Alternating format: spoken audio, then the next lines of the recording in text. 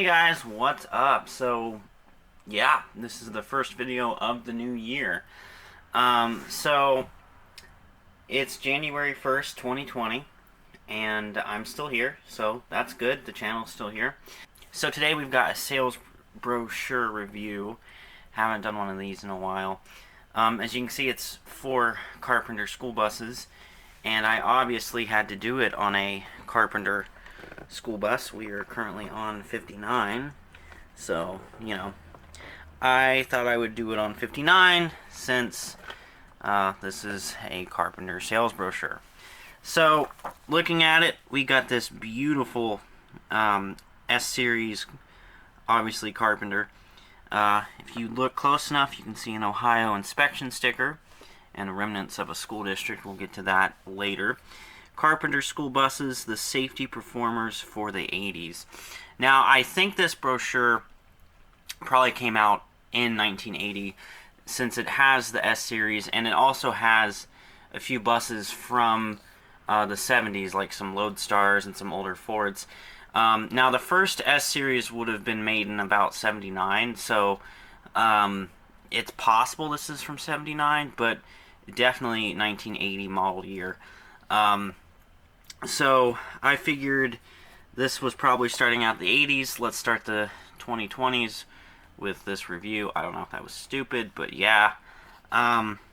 So you can see a number, I don't know, it's not picking it up, but like right here, there's a number 4. You can vaguely see it. So it's a beautiful bus. You got kids on the front, flowers, all that kind of stuff. So when we open the front cover, we've got a lovely Lodestar fiberglass hood.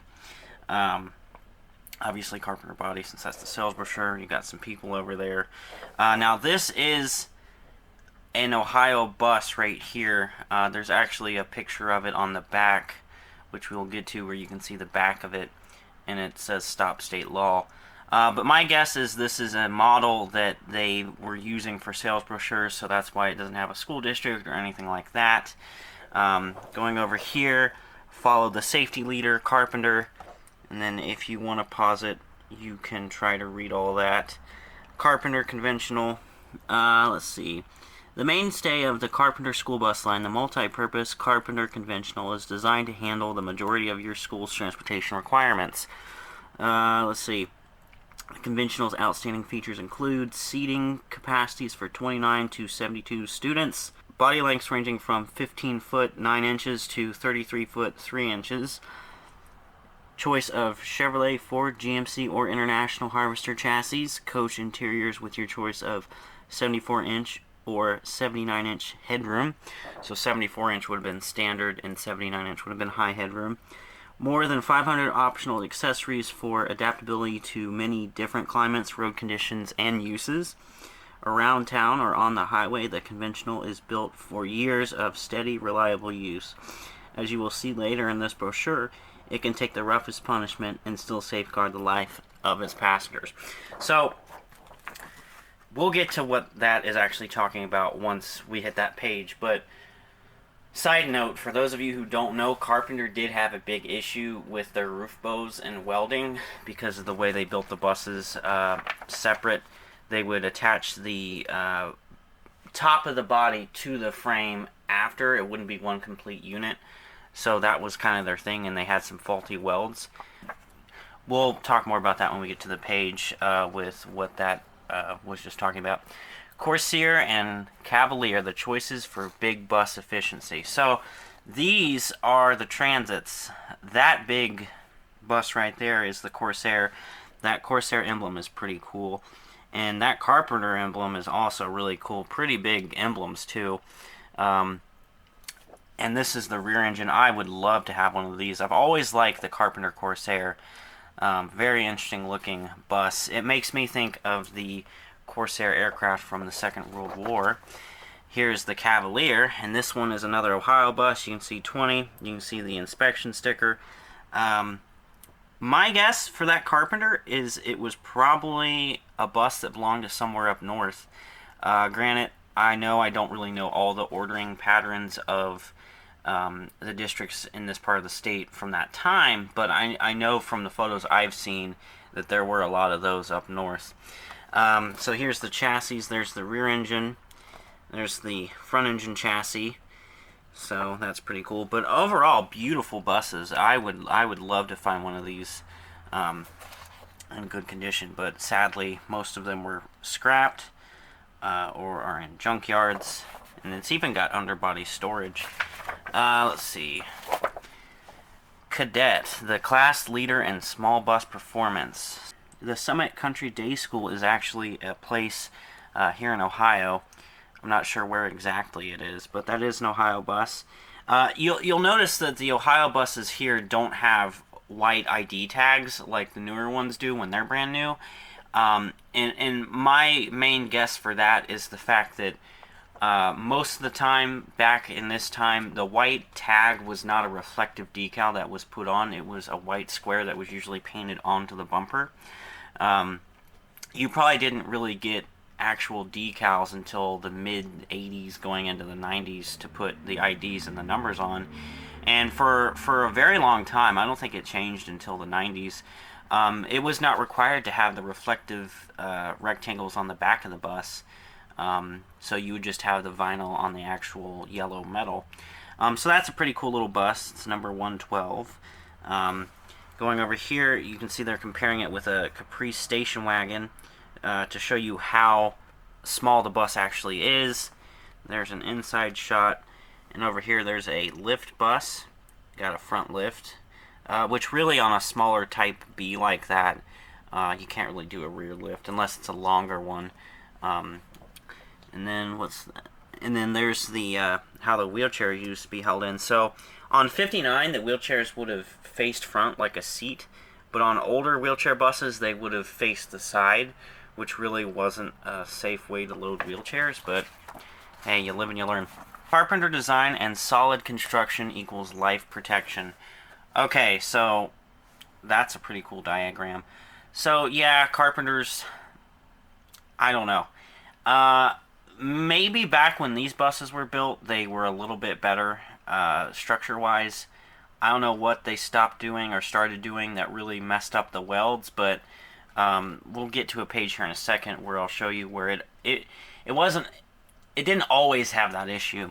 So I always love these diagrams. They show you the different gauges of steel that the buses are made with, and I love that. There's the bumper structure, there's the flooring, the sidewall construction, and then it's giving you all the steps of how the buses are made. Over here, they're stress testing the metal, so that's pretty cool. I don't know about you guys, but I absolutely love seeing the photos from the plant of buses being tested and all that kind of stuff. This here is a pretty well-known photo. I'm sure most of you have seen it. It's this Carpenter being mounted on an S-Series chassis. That's probably one of the first S-Series chassis for a Carpenter to be mounted on, to be honest, knowing the timing of this brochure. Let me read the top here. Carpenter unitized body provides a shield of steel. So right here, there's the frame rails. You can see body mounts. I actually have some of these kind of pieces right here that are inside of 59 that they put them in here as storage. So this is a pretty cool photo. There's that S-Series. I love seeing S-Series when they were brand new. Beautiful buses. There's the Carpenter rear end. No lights or anything. There's a flippable school bus sign right there, so this bus was likely going to Pennsylvania. Now right here we've got a beautiful Ford. Now this one right here, as you can tell, it's got the Ohio inspection sticker. It's numbered 42, and you can see a little bit of an ID number.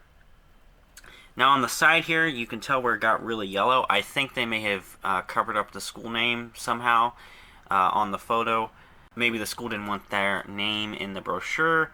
But this is a short little Carpenter body, and it's interesting to see a little Carpenter like that too.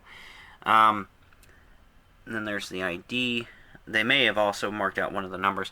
This Carpenter actually makes me think of the blue Ford Carpenter that is at the junkyard. I'll include a photo.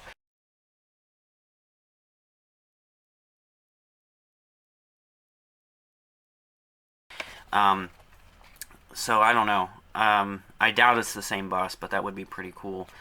Let's see here. Okay, so the only test that counts. So this, you can see a picture of a flipped over semi. There's a Carpenter, and then there's another Carpenter on its side right there. So this is just talking about real life Carpenters that were in service as school buses that got in wrecks. So I'm not going to read the entire thing, but I will let it there. If you want to pause it and read it, you guys can go ahead. And then here's a picture. Here's a picture of the Carpenter that rolled over right here, this one. So there's an interior shot. You can see the bus rolled on its side. Doesn't seem to have any structural damage. Now this one's a completely different one. This one rolled all the way over on its roof, and there's no giving in of the roof bows or anything. And this is what I was talking about. I don't know what they were doing differently, or what they stopped doing, or what they started doing to the bus while they were making it. But I'm telling you, a Carpenter of the mid 80s through the 90s up until a Crown by Carpenter started being made could not have survived that. It would have squashed itself because of the roof defect. But here's that, if you want to pause and read it. Moving on, doors, windows, and windows reflect Carpenter quality.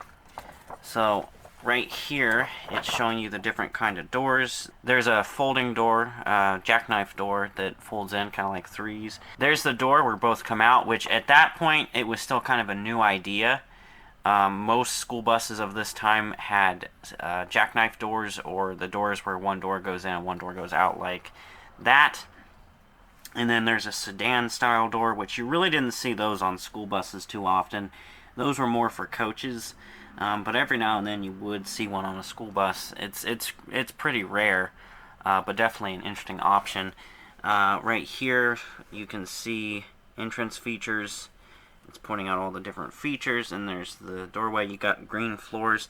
We actually had R3 Carpenters. I don't know if 19 had it, but 17 and 21 had that color green floor. Now, it had faded through the years, so it kind of looked blue, but that's what their floor would have looked like originally, was that green color. Over here, you've got an interior shot of a Carpenter. He's opening the door. I love these kinds of shots. I did a Superior sales brochure where it had a really big wide-angle shot like that of a Superior Lodestar, so that's pretty cool. So right here, it's showing the different windshields. This is a one-piece windshield design, so it's one big piece of glass. Right here, we've got the wraparound windshield, which was on the Corsair and the Cavalier. So it also helped the driver see the students in front of the bus. And then right here, we got a picture of the Carpenter. That's the Lodestar that was meant for Ohio, I believe. I know it's got a plate on it, but I'm pretty sure that's the same bus. Right here, it says wide rear end exit. So that's the rear door. The Carpenter rear door did not really change at all between this body and the bus that I'm on right now. Like, it's pretty much the same. The Crown by Carpenter rear end is a Carpenter rear end. The only real difference is where it meets with the windows. The windows on a Crown by Carpenter are much lower down on the side than the actual back of the bus, so you can kind of tell. Here, I'll show you because we're on one. But the back of the bus, the rear door, I know it's not really focusing because of the light, but it's exactly the same. And then the window line, if I look over here, you can see where the bottom of the seat is compared to the top of the window. Like, if this was another bus, you'd have way more metal and the window would be up a little bit higher. Carpenter takes the front seat in safety. So here we've got pictures of the seats. Seating options. There's the inside, and then there's a diagram of the seats itself. Driver's seat. Now I've ridden on a few Carpenters and Crown by Carpenters, and I didn't really think their seats were too bad. The Crown by Carpenters I rode on, the only thing I really didn't like about them was the fact that the window, like, you're sitting up higher than the window. So here is that beautiful S-Series from the front cover. You can see no ID number, But on the side there, you can kind of make out the school district. I will type it in. I think that's pronounced Madeira City School District. I could be wrong on that, but I will type in what it says on the screen so you guys can see it. Over here, we're talking about painting, so you can see the bus being painted there. And then there's the coating that's applied to the bottom of the bus to help prevent rust and stuff like that.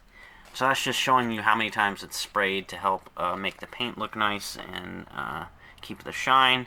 And there's the steps. You can read it if you want to pause it. And then this page is pretty cool. We've got this older Carpenter Lodestar. So you've got it going down the street. I'm guessing this is Carpenter probably taking it out either somewhere on the road in Indiana when they had built it. Maybe they went to the Ohio district that had it. I don't know. Well, actually, if you look here, you can kind of see lettering on it. Can't really make it out. It's kind of too far away.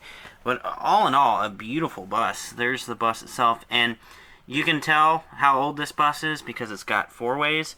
Any Ohio bus with four ways that hasn't had ambers added to it has got to be a pre-1978 bus, because 1978 is when they started requiring an 8-way light system on buses in Ohio.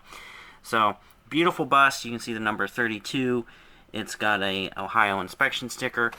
Much like the inspection stickers of today, that's what the ones are now that we have now on our buses. That's what they're modeled after, the older inspection stickers. Let's see, Carpenter Climate Protection. Here it's just talking about the heaters inside the bus. Let's see here.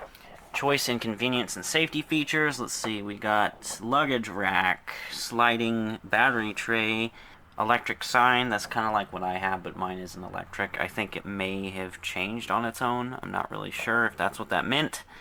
Let's see, exterior mirror. It's showing you different types of mirrors you can get. There's a extended mirror. No, that's just more exterior mirrors. Let's see, we got luggage rack, which I always found those to be interesting on school buses. I always see them in the sales brochures, but you really never saw them on school buses. You got a driver's fan, the flippable school bus signs like they have in Pennsylvania. There's the rear storage compartment, which you could get on a conventional. I'm sure they'd allow you to do it on a front engine transit too. Snow rail. I've heard people call it the snow rail. I guess that's what it's supposed to be. But the bottom rub rail, like, that was an option. I guess they weren't made like that as a standard. And as someone who came from a district that all their buses had, bottom rub rails, I just didn't know that was an option. Mud flaps. Let's see, what do we have here? Security lock, sanders, full mud flap, air conditioner, tow hook. You would think tow hooks would be standard.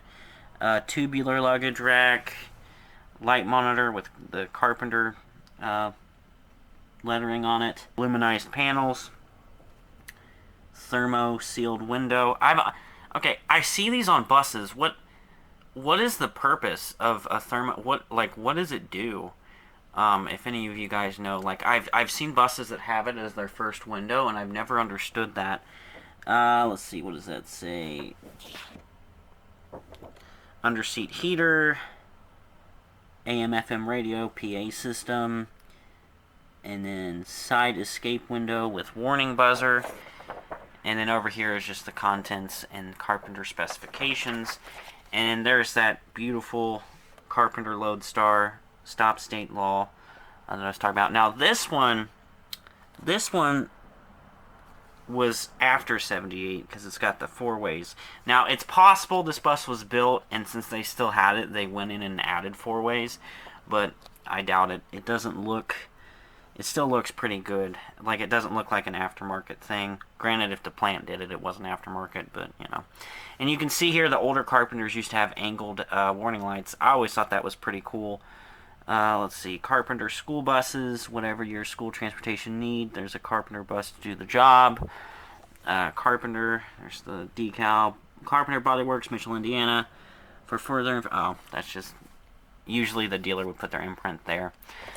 So that is pretty much it. Thank you guys for watching. I hope you enjoyed this video of a Carpenter sales brochure reviewed on a Crown by Carpenter. So thank you guys for watching. Again, Happy New Year. And yeah.